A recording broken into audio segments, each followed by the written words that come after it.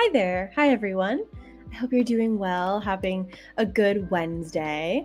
I'm happy to be here. I'm so sorry we had to cancel last week. I woke up and I had a pounding headache because my neck was just completely out of alignment. And I was like, there's no way I'm going to be able to do a full normal episode of Overtures that day. So unfortunately, we had to postpone Ezra's episode, but I'm hoping that we can get it rescheduled as soon as possible because it's been so long since he and I have gotten a chat that I would love to catch up soon and get you guys to meet Ezra and have a grand old time. But that's okay. We will get it done.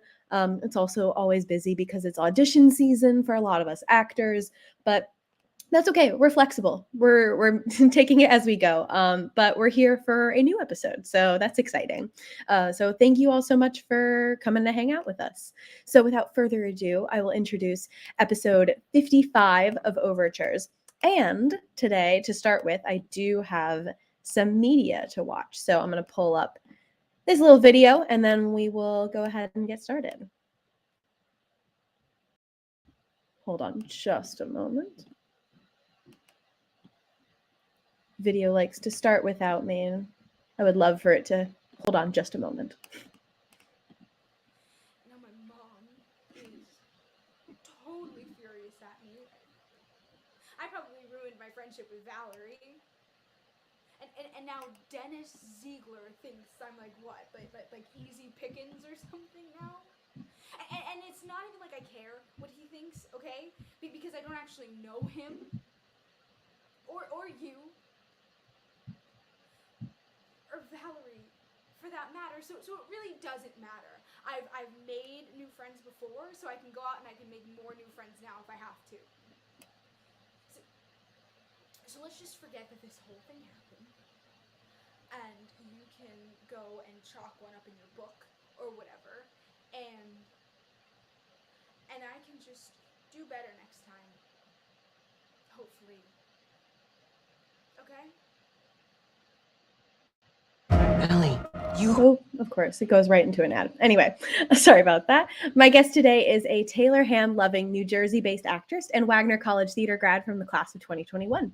Since graduating, she has performed her dream role, Esmerelda in The Hunchback of Notre Dame, and spent a summer singing old-fashioned show tunes and serving ice cream at the Showplace Ice Cream Parlor on Long Beach Island. Aside from performing, she loves to spend time helping her mom at her family flower shop or planning her next trip as she has recently fallen in love with travel and travel blogging. We didn't get to work together all that much while we were at Wagner together, but I always loved getting to run into her on campus. Such a sweet, funny, positive, and talented human. So without further ado, this is Brianna Cielo. Hello. Hi, I'm so happy to have you on here. We were just talking about that a minute ago, but I'm just so glad that we could make this work and make this happen. I know, this is going to be awesome. I've only done like one other podcast before in my life, and I had a super good time. So I'm excited to get number 2 under my belt. Yeah, absolutely. Absolutely. Well, I had done 0 podcasts before I started this. So, you know, we make it work. Yeah. Experience grows as time goes on. But yeah. Also, I just got to say, I love your background. Like these flowers that are right back here. I'm like, these are just so pretty. Thank you. My mom actually made that, which is crazy. That's so cool. She's yeah. So talented. Because in your bio, you were talking about how your family had a flower shop. And I was like, I don't think I actually knew that about you. Yeah. My mom has been in the floral business ever since she was 15. That was her first job. And then about maybe 10, 12 years ago, she opened up her own business and she's been going ever since. So that's awesome. She's awesome. That must have been really inspiring to like watch as a kid, like your mom like opening her business and like that expanding as you got older. Yeah. Oh my gosh, of course. It was the biggest thing for me too when I started to kind of put 2 and 2 together of what like small business owner was and what that meant for her to be like the sole person in charge of everything. And it only made me look up to her more as like I got older. Oh, absolutely. I could completely imagine that. So of course, how do we know each other? We know each other from Wagner College. And I was thinking about it. I don't think we had any classes together. I always try and go through this in my brain with all my Wagner people.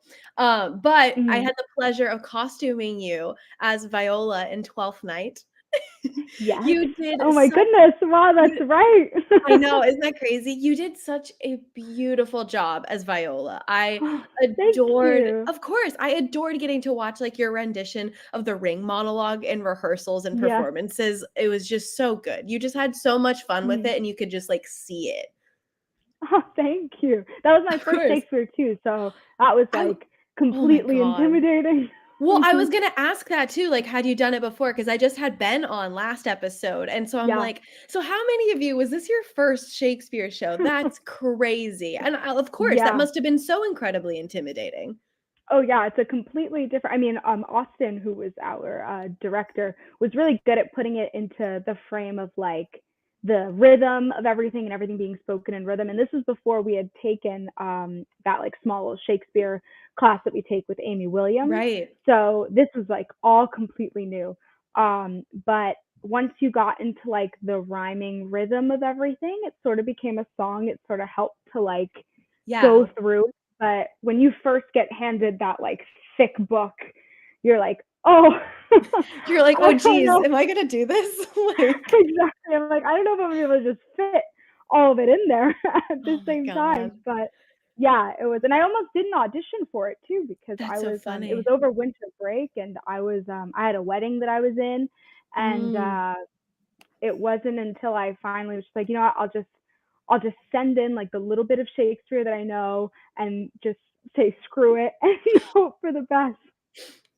Well, and it worked out in your And favor, it like, did, oh my yes, gosh. thankfully. That was such a fun group of people too, because like, It up was. until that point, a lot of student-run theater companies on Wagner's campus really didn't touch Shakespeare.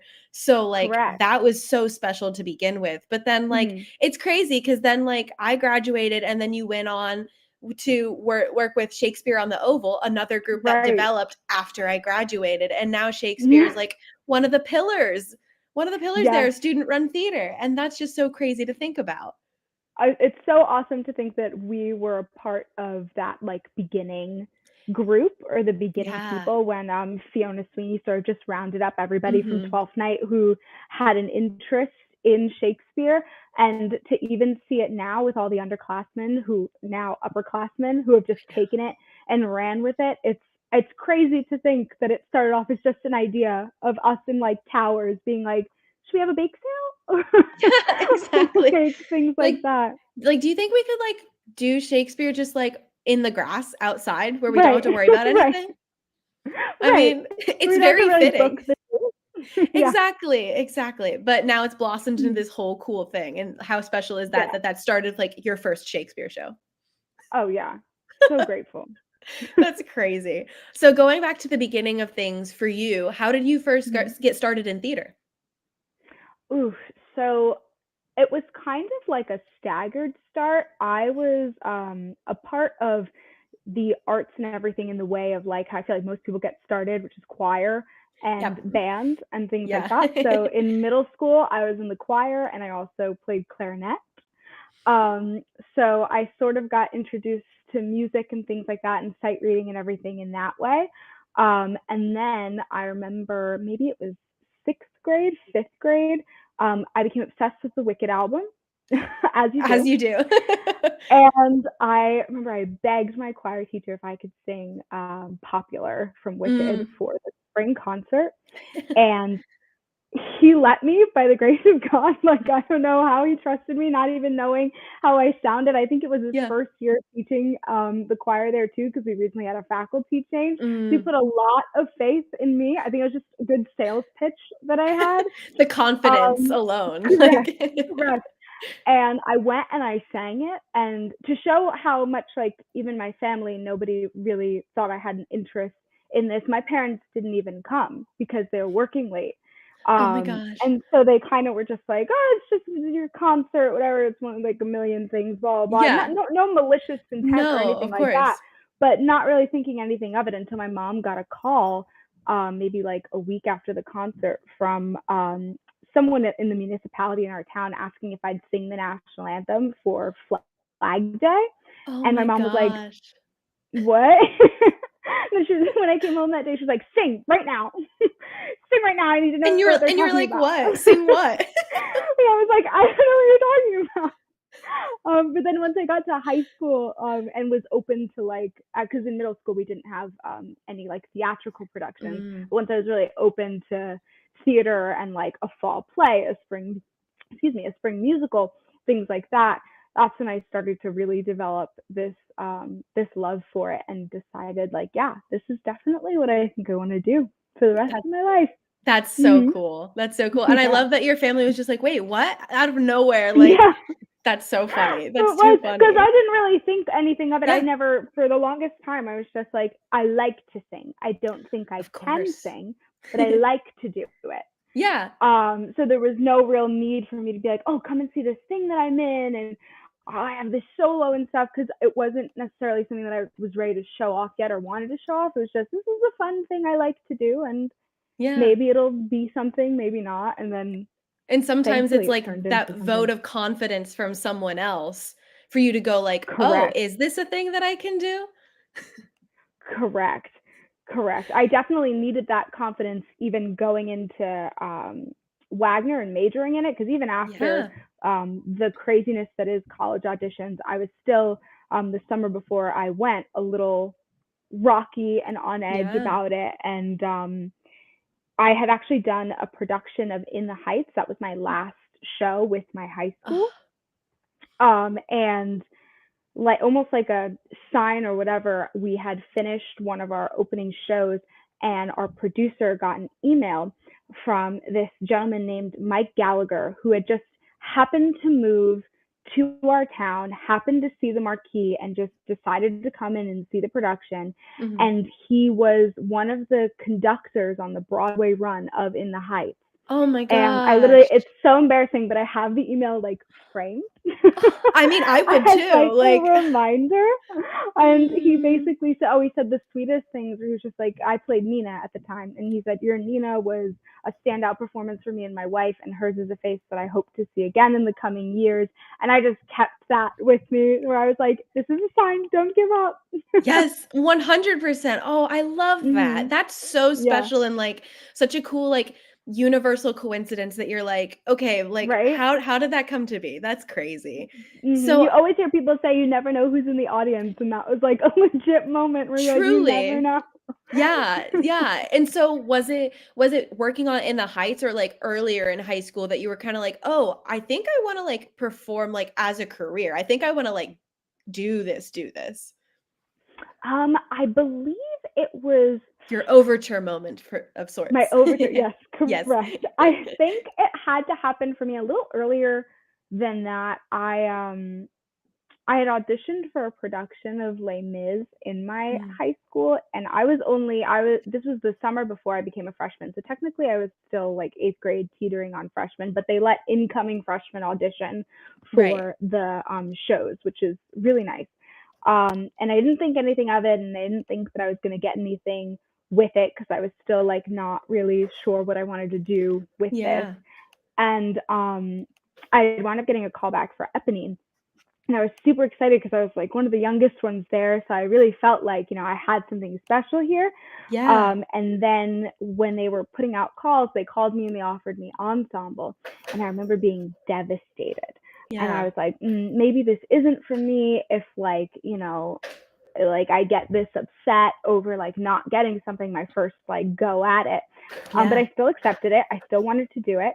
And it wound up being one of the most amazing experiences I ever had. Hands down, I lived for being in the ensemble of Les Mis, which is a great ensemble to be in, period. It's so fun. I could imagine it'd be so fun. Oh, yeah. So that kind of opened my eyes to, it didn't matter to me what I was doing, what role I was, whether I was supporting, lead, secondary, ensemble, understudy, anything. I just had such a joy being a part of a production, and that's when I was like, that's how I know it's for me, because I just love being involved with it. I very much felt a similar way. Like I already knew that I was going to pursue theater by the time I got to be a senior in high school, but I had a similar thing of like, I got to my senior year and I hadn't played a lead role like at all in high school, but we did Shrek the Musical my senior year, and getting to play like every single ensemble character in that show was just so fun that I was like, yeah, no, I truly don't care where I am in this room as long as I'm like in the room creating. It's just so much fun. And I have a recent clip from a cabaret that you did with one of my favorite songs, and I think we need to listen to it because I need people to hear how beautiful of a voice you have. So I have this clip here. Yeah. I want to be brave. I want to be strong. I want to believe I'm where I belong. To stand up and say, I'm seizing the day.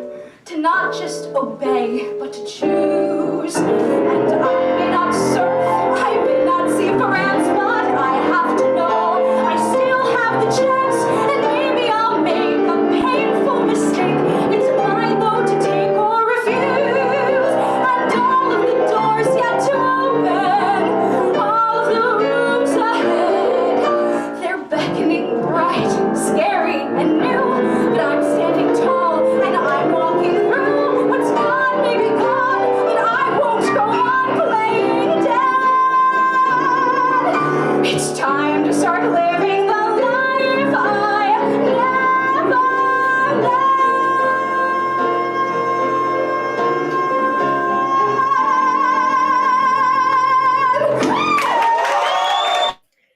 Such a dang good song, but also you sound incredible singing it. Thank you so much. Absolutely. Did you get to do Sister Act when they did it at Wagner? Yes, I did.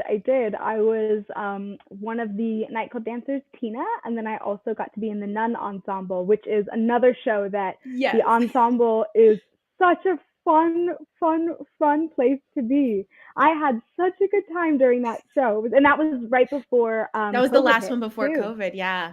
So it made it even more special looking back on it now, for sure. Well, and you guys were so lucky because I remember thinking, like, I was also working on a show at that point, but with the timing of it, you guys closed right before the shutdown. Yeah. So I was like, how lucky that you guys got to finish the run and like yeah, get to like celebrate that a little bit, because like that's so hard. But oh my gosh, what a special experience to get to work on that show, though.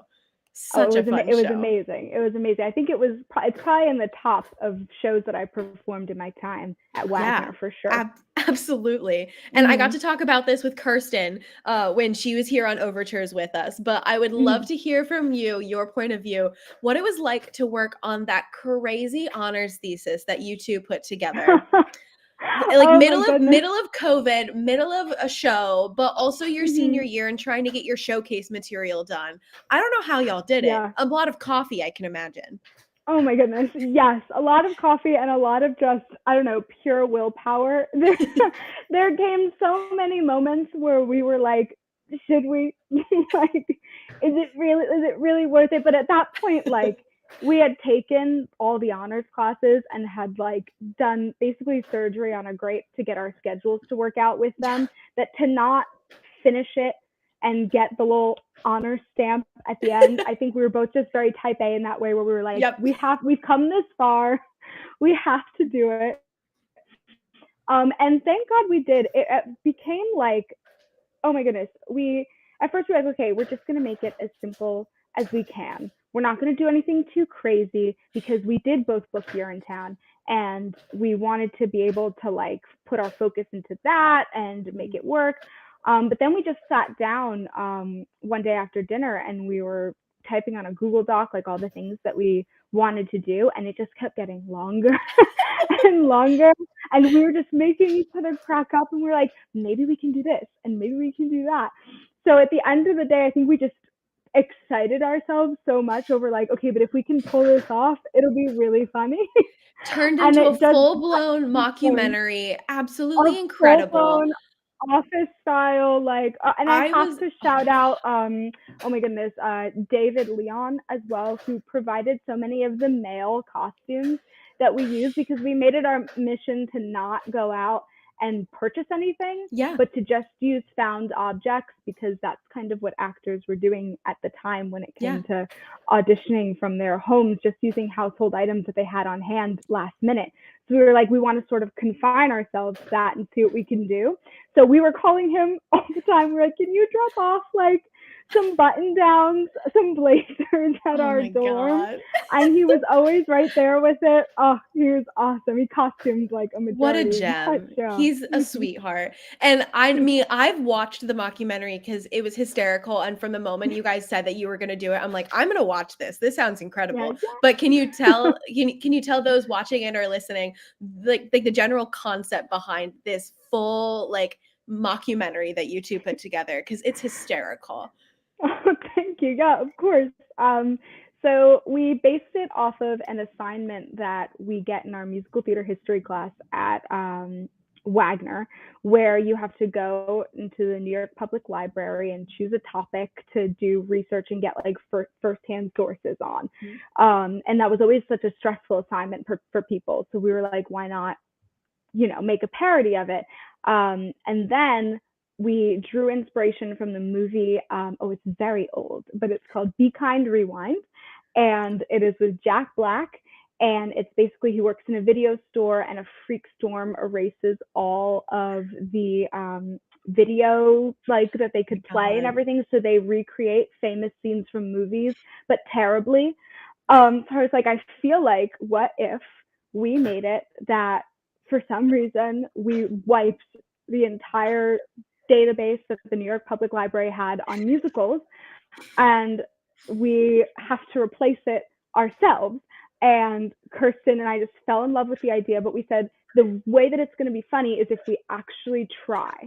We actually have to put effort. Like, we can't recreate these things and just recreate it for the joke. We have to actually try and sing. We have to actually try and act as if I think we're presenting this as almost like a showcase or something. Because it's just funny in the way of we're playing male parts that obviously we would never play because they're not in our range. But if we do it with like that full commitment, it just adds to the comedy. When you think of all mockumentaries, The Office, all this kind of stuff, it's funny because the characters are so genuine. They have such high stakes that they know they'll never be able to reach. And that's what makes it absolutely hysterical. Exactly. And you kind of just want to cheer them on the whole time. So basically that was our premise was, okay, we've erased the entire New York Library database on just musical theater.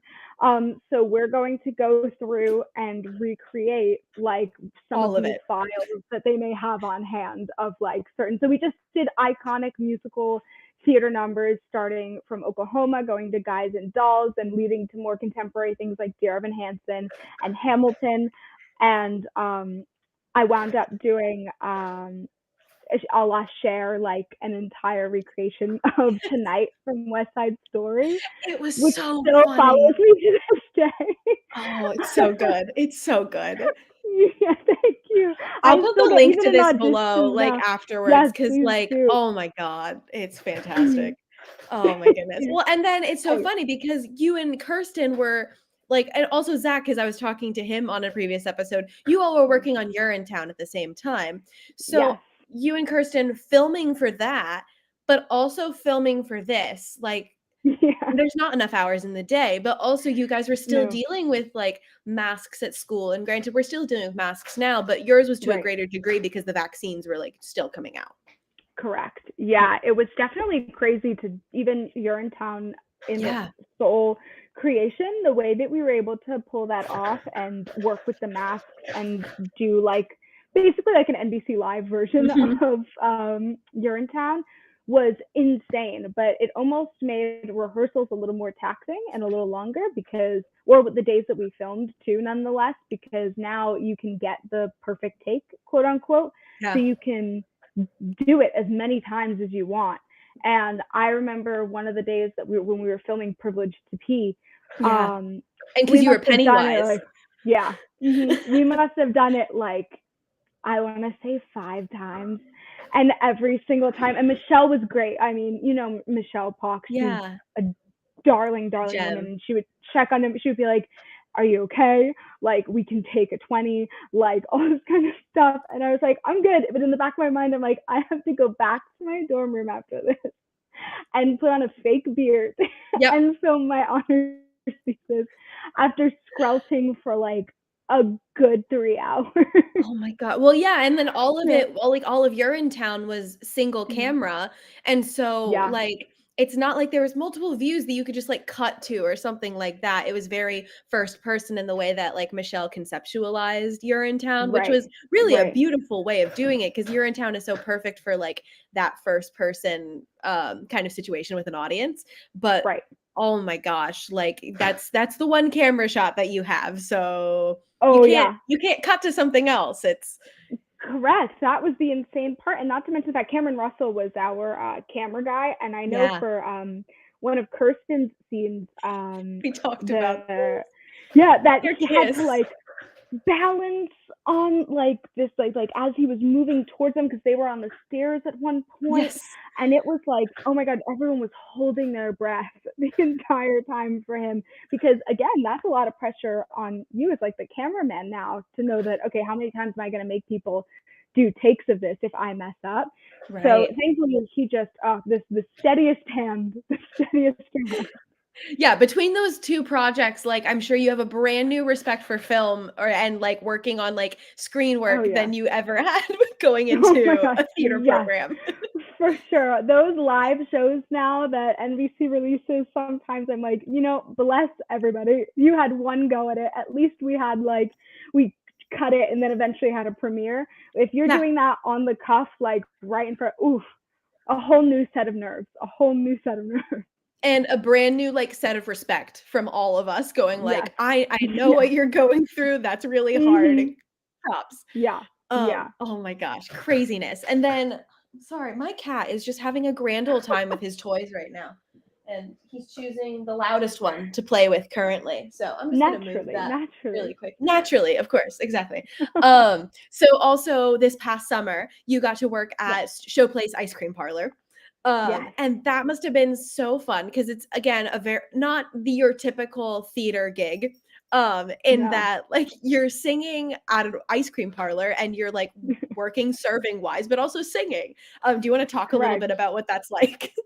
Oh my gosh, of course. I well, anyone who goes to Wagner is so fortunate, because Showplace has seen a lot of Wagner alums, which is great. So I had a great resource of people to reach out to ask about how things worked and their tips and tricks to like, balancing not only being a full-time like waiter or waitress, but balancing performing on top of that. And doing several shows in one evening too. Several shows in one evening, exactly. Our first show was at 6 o'clock, and I believe we went all the way through until 10. We would do an hour-long show there, so 10 to 11. They were long days for sure, but you kind of just, because I was asking Kirsten about that, because Kirsten had done it the year before me, and then she was coming back to do it with us this past summer. And I was like, how do you manage to not just drop dead by the end of the night? Like, that's got to be exhausting. And she said that it was kind of like a almost like a euphoric, like adrenaline rush that just comes over your body when you're doing it. And I was like, I don't know. And then I did it. And I was like, yes, correct. That's exactly what it is.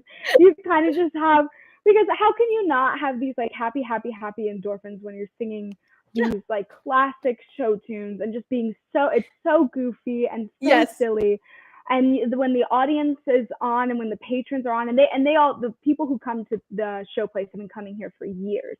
They love it. They know how it works. They're excited to be there. And it was just a crazy, awesome experience. I highly recommend anybody to go out and do it, because not only did I get like the experience of kind of running a show on the fly and the improv, because improv is such a big thing at Showplace. Oh, absolutely.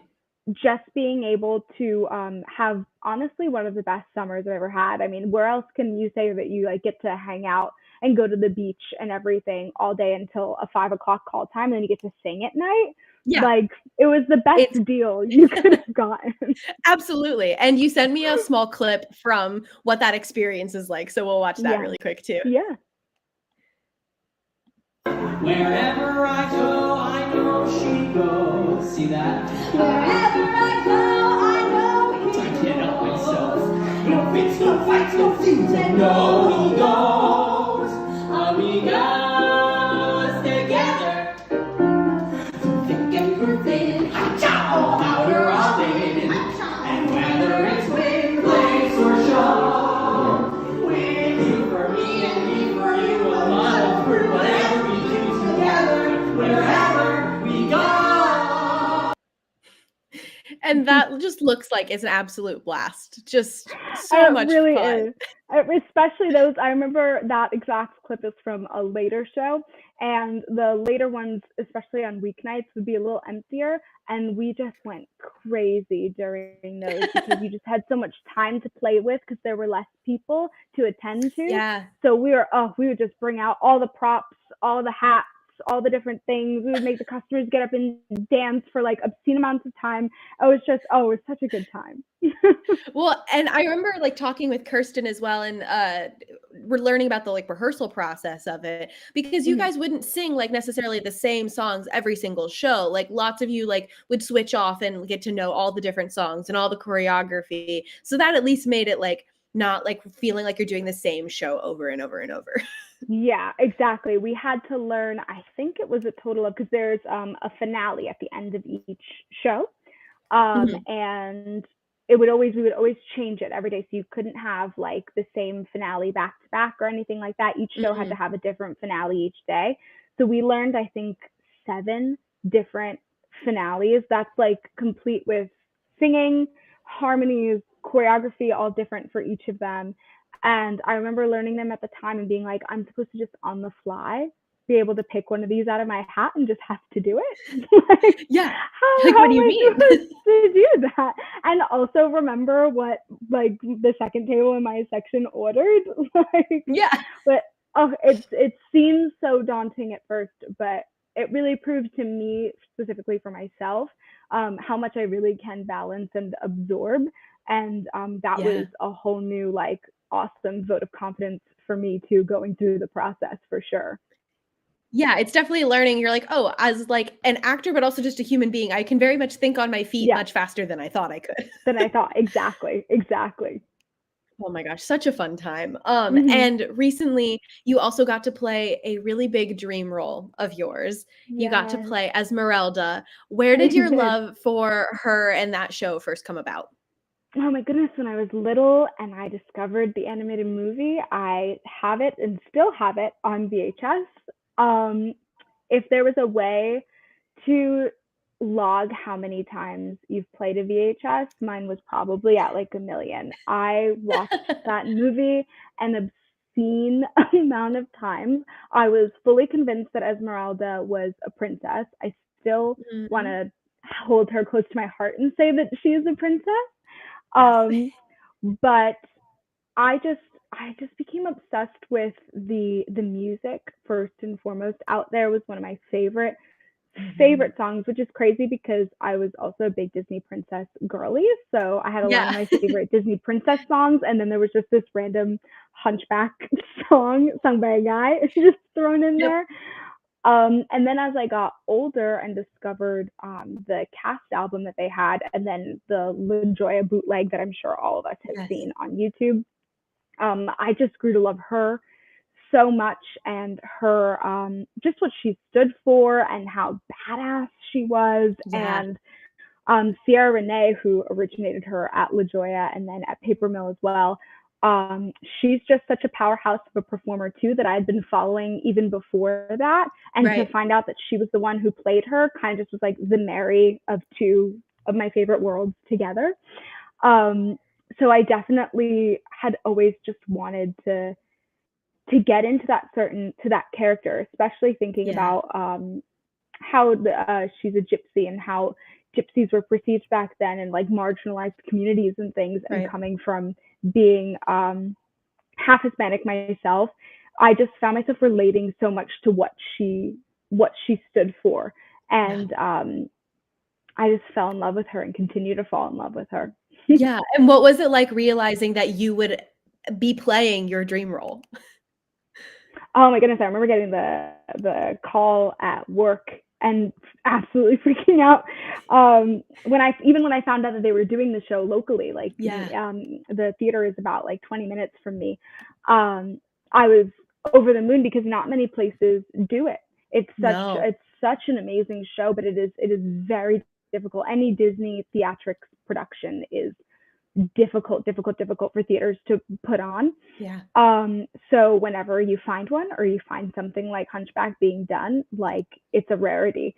So I was just excited to be given the opportunity to have a casting call so close to me for it, and then to get the character. I made it my personality for way longer than it probably should have been. I couldn't. It was my phone background. I told everybody that I could. And then we had a little slip because we were supposed to go up in February. And then around my birthday in December, we had a COVID case break out in the cast. So we broke for a little bit. And then we came back and left for winter break. So for Christmas and things like that. And over that break was when they were like, okay, Omicron's getting very bad. We don't know what we're going to do. We just know that we can't resume rehearsals just yet. And I was heartbroken. I was like, please do not cancel this show. Please do not. So they gave us an option. They said that we could either do it as like a staged concert and put it up in the same dates that we originally had, or we can do the full production, but we would just have to push the dates back to end of April, early May. And I was like, push them back. I want to do the full production. Like, I need that. And thankfully they were able to do that. And with the precautions that they took, they were very good at keeping everybody safe. And we were able to do the production unmasked in April and the beginning of May.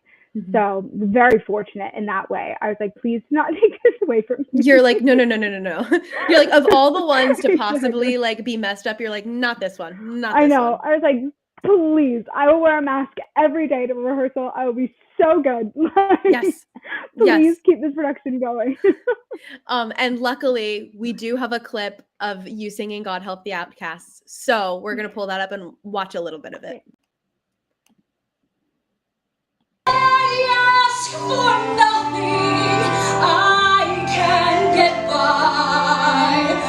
I know so many less lucky than I. Please help my people, poor and downtrodden.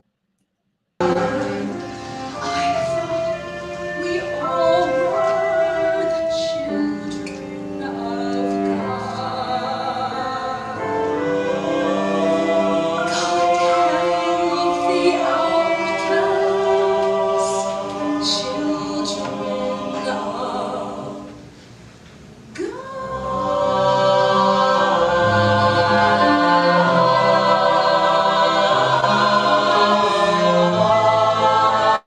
Stunning. Absolutely stunning.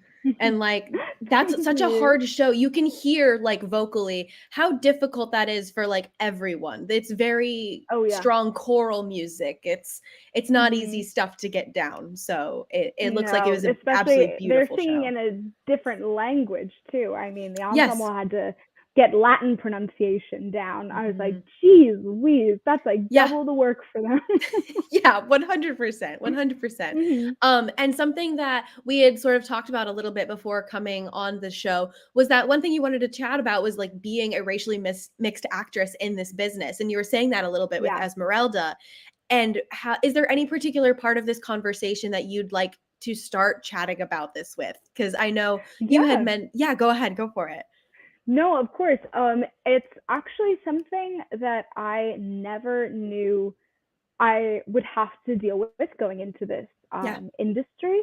And kind of, I was a little exposed to it at Wagner, but not as much as I have been now actually out in the field and being a working actress with it. I like to say now that it's a joke that I have, especially with my dad, who is like, I'm too Hispanic for white roles and I'm too white for Hispanic roles, so I kind of land in this like gray area called unemployed. And like it's funny, but it's also so like that hurts so much to hear, Mhm. and I know that it must feel that way too. It does, and sometimes, and of course, you also have to just go with the reality of it that sometimes you're just not made for the part, or We you're have just someone not in like, chat you didn't. from we have someone in chat from your production of Oh yeah. Hunchback. So that's my Esmerelda. There we go. Sorry to interrupt. Just And wanted to then, make sure to give no, that it's shout out. okay. No, that is also my boyfriend. So. Hi there. Welcome. Hi, Ryan. But yeah, so I kind of was exposed to that a little early on too. I always said that I'd never felt more Spanish than when I came to Wagner, because in my graduating class, I think it was just me and a couple other students who were of Spanish descent. And so when I'm around here back at home, and with my family, I'm considered white, like very much in the way my Spanish is so. I write it better than I can speak it. And there are just a lot of more people around me who are full blown Spanish, Latina, things like that.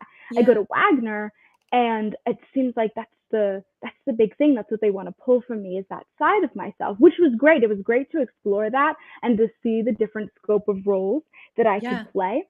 But then you come into going to actual calls for these things, and now it's back to feeling like the least Spanish person in the room.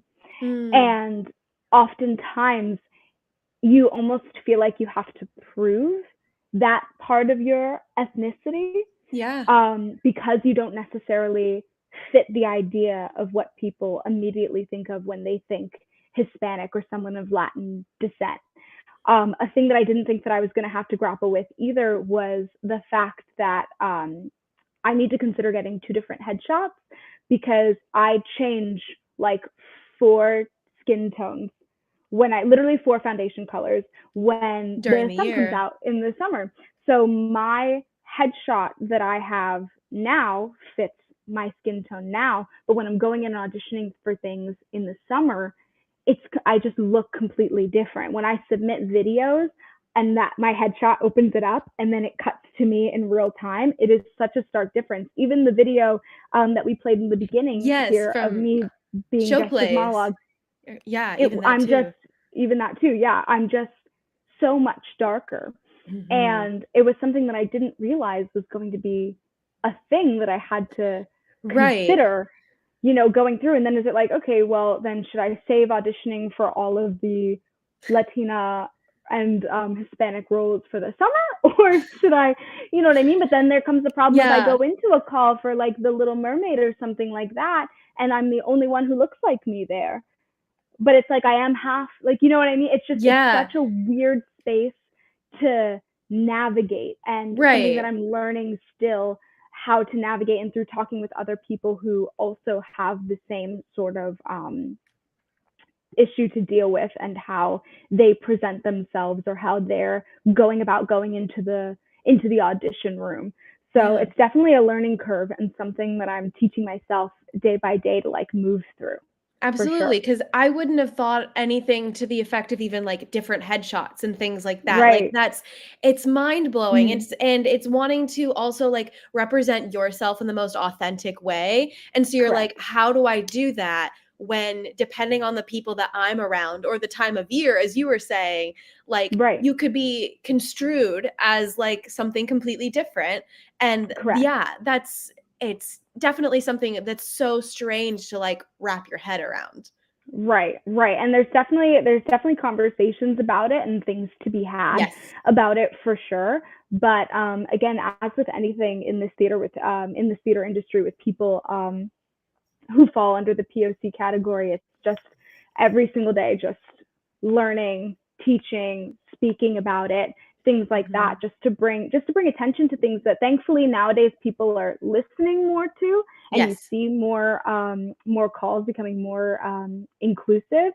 But it still is something that the community as a whole needs to work on. So having conversations like this about it for sure just helps. Absolutely. Yeah. What are some things in particular that you've seen that have been like, "Oh, this is helpful for me specifically and like the things that I go through when I have to submit to calls?" Definitely finding community through it, finding fellow actors and everything to talk with.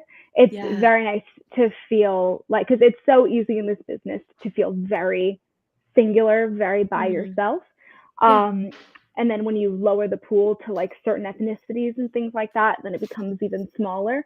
Yeah. So to find community elsewhere, to find people who are like, well, this is what I do, and this is how I've sort of, walked into the room, that really helps me. So I have a few good core friends who are also dealing with the same thing, who we just chat and talk about it and try and work through it, or we talk about the different theaters and how they made us feel going in for certain calls and things like that. And also just looking when auditioning for a theater or for production, looking up the production team, looking up the theater, and just seeing if they have anything on their website about what they stand for, about like looking at past productions and how they've been cast. You can really find evidence in past productions for sure. Yeah. And a lot of theaters now put mission statements online and things about inclusive casting and stuff like that. So it never hurts also to ask about it as well, or to just like, inquire in a call, which I've found myself gaining more and more confidence to do, because I was so nervous at first to ever say anything that would sort of like, I don't know, in my mind, hurt my chances. Like, I don't want to question how they do things, because I don't want to, but now just definitely just being an advocate for yourself in the room for sure, because everyone's going to tiptoe around it. I've been asked like, can you do it again, but sound, more Spanish or be more, and then it's sitting there and being like, well, what does that mean? Yeah. Because I am. Do you want me to use an accent? Is that what you need? Like things like that. Even that kind of specific language, of saying like, especially in that scenario of like, oh, we'd love to hear a Spanish accent on the song. Correct. Is like, oh, that's something actionable that I can do. Right. Exactly. Yeah. Exactly. Oh my gosh. But it's definitely a crazy sort of thing that, again, I did not think I was going to have to navigate. And that's from just, and I'm sure a lot of people can relate to this, when you're in your hometown and everything, you sort of just operate based off of how you were treated there. And again, like I'm saying, I'm half Dominican, half Italian.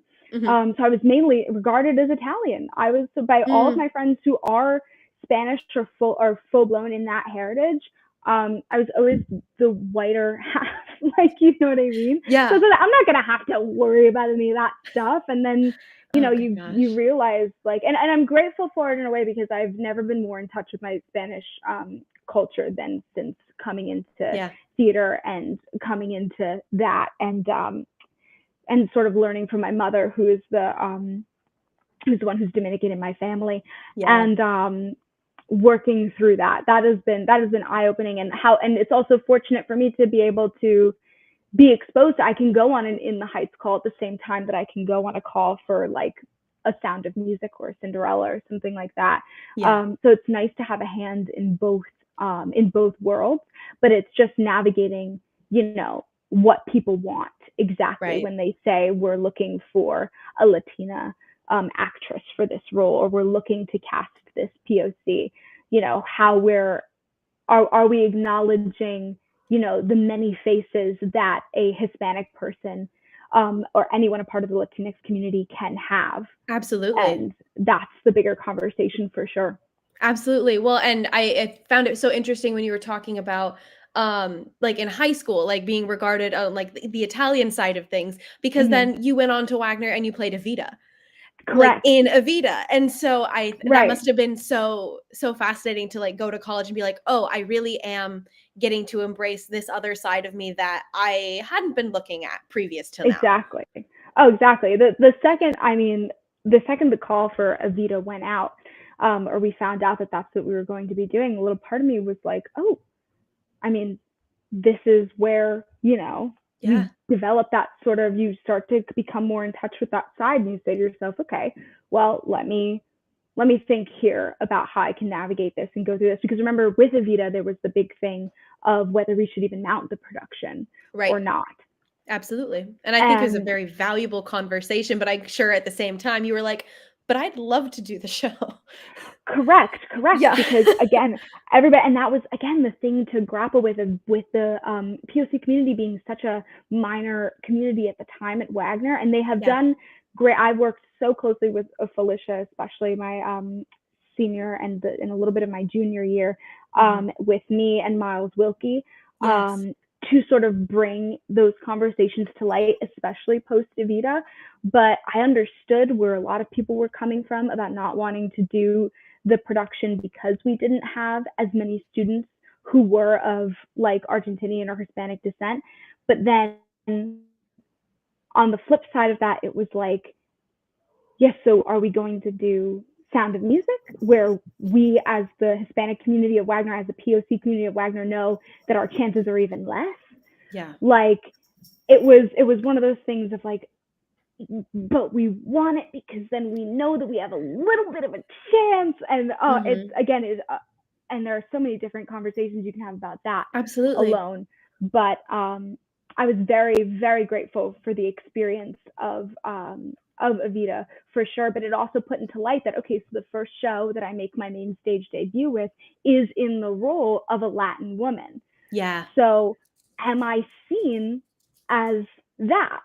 Is that what I look like then? Right. You know, it's almost like grappling with like what do Yes. I present as? Because we all You have this know? issue of like, what is my type? What is my essence and all that Right. other stuff? But then Right. it's a whole nother layer when you're like a mixed actress going, okay, what kind of roles am I playing in addition to type and essence, like as a human being? Like Correct. there's just so much more to it. And that Mhm. it's crazy, but I know that you've gained so much through being at Wagner and you're gaining so much Yes. in the field already that like it makes me so happy to hear you talk about this because it's a conversation that we need to be talking about. But also sure. you're just such a lovely, positive human being that I'm so excited that we're able to talk about it in this way. And thank you for being willing to talk about it. I really Oh my appreciate gosh, it. no, of course. Thank you for having me on the show to talk about it. It's great. I hope I reach somebody out there who's also dealing with the same thing for sure. Absolutely. And then of course, talking about different things, like you've been interested in travel and vlogging.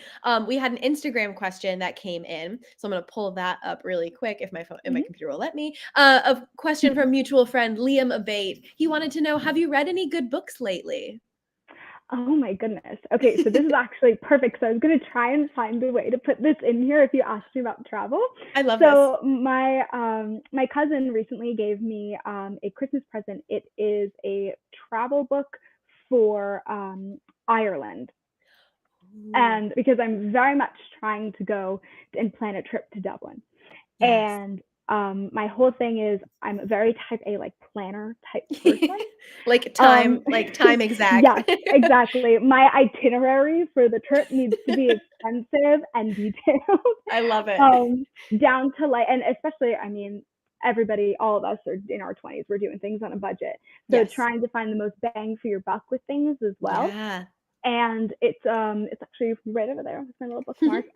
It really, that book, it's constantly being updated too. So this is like legitimately like the 2023 version of it. Oh, that's cool. And the gentleman who wrote it is just so great at outlining his personal experiences going there the multiple times that he has. And he also puts like price points, like, you know how when you go on Google and it'll say this is like $1 sign, this is $2 signs, whatever. He does that for restaurants, inns, hostels, all different kinds of places, and then has like extensive reviews and experience things on them that it almost feels like you're reading a novel as opposed to like almost a guidebook. Oh, that's cool. That's really cool. Which is really nice because that's kind of what you want.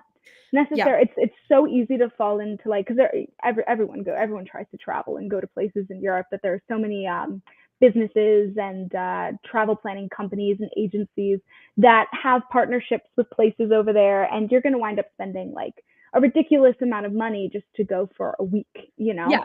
And he really has a very salt of the earth way of exploring and going through it as a younger person as well too. He acknowledges the fact that, you know, now is the time to travel when you are young and you are youthful and there's less responsibilities. So, but you also don't necessarily have the highest income. Yes, exactly. So I've really just been attacking that, and it's definitely taken me some time because, again, itinerary, so I'll like read it and then I'll be like, okay, let me go write in my like Google Docs. So you're like making what I like liked about annotated notes like while you're reading it. Correct. So that has definitely kept me, when I'm reading a book or doing anything, it has to keep me like stimulated for a long amount of time, because I will go back and read like a passage a couple of times just to really like Yeah. let it soak in.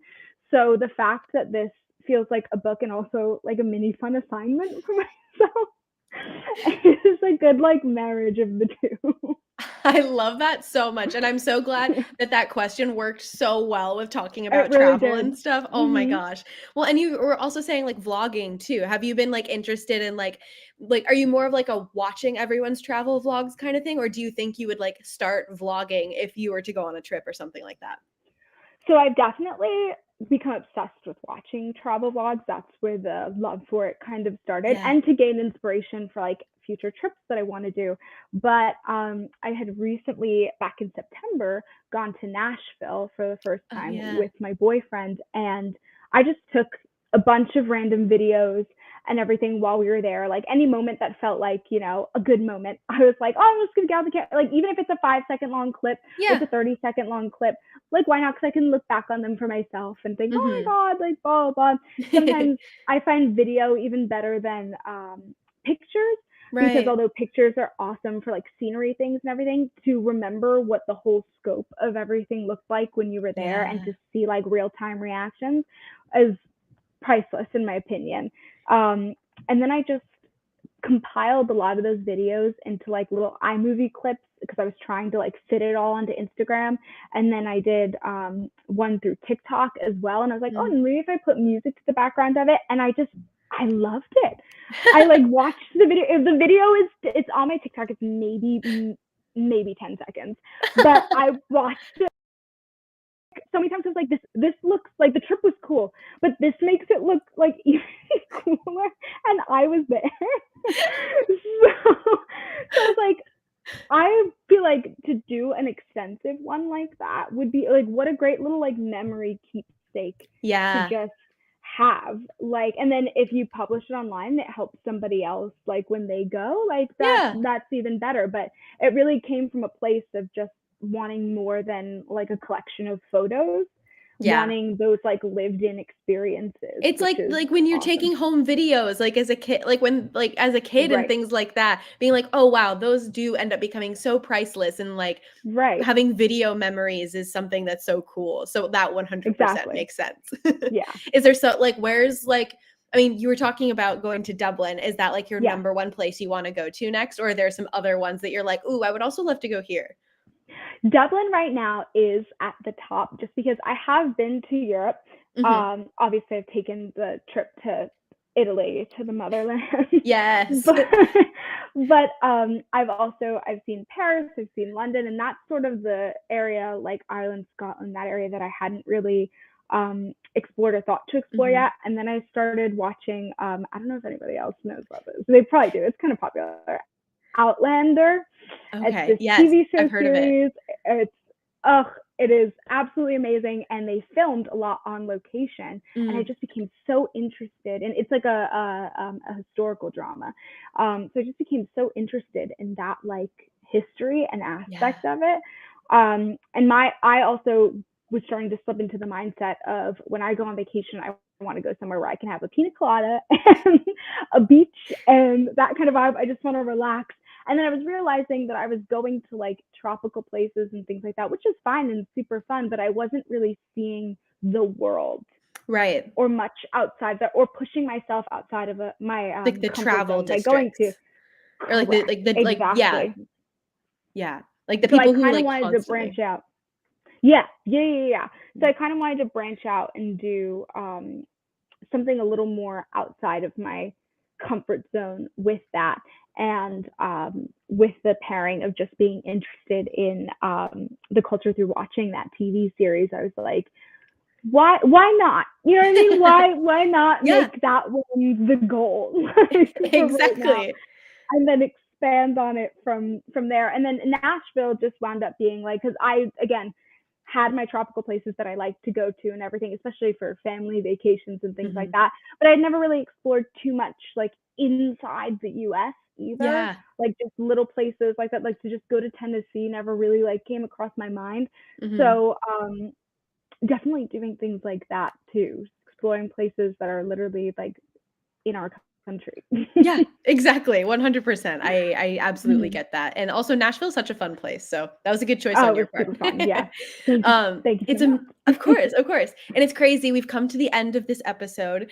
Where can people find you on the internet and all that good stuff, social medias, etc.? Awesome. Yeah. So my Instagram handle is a little weird. It is the underscore, then BRI, and then another underscore, and then CHI.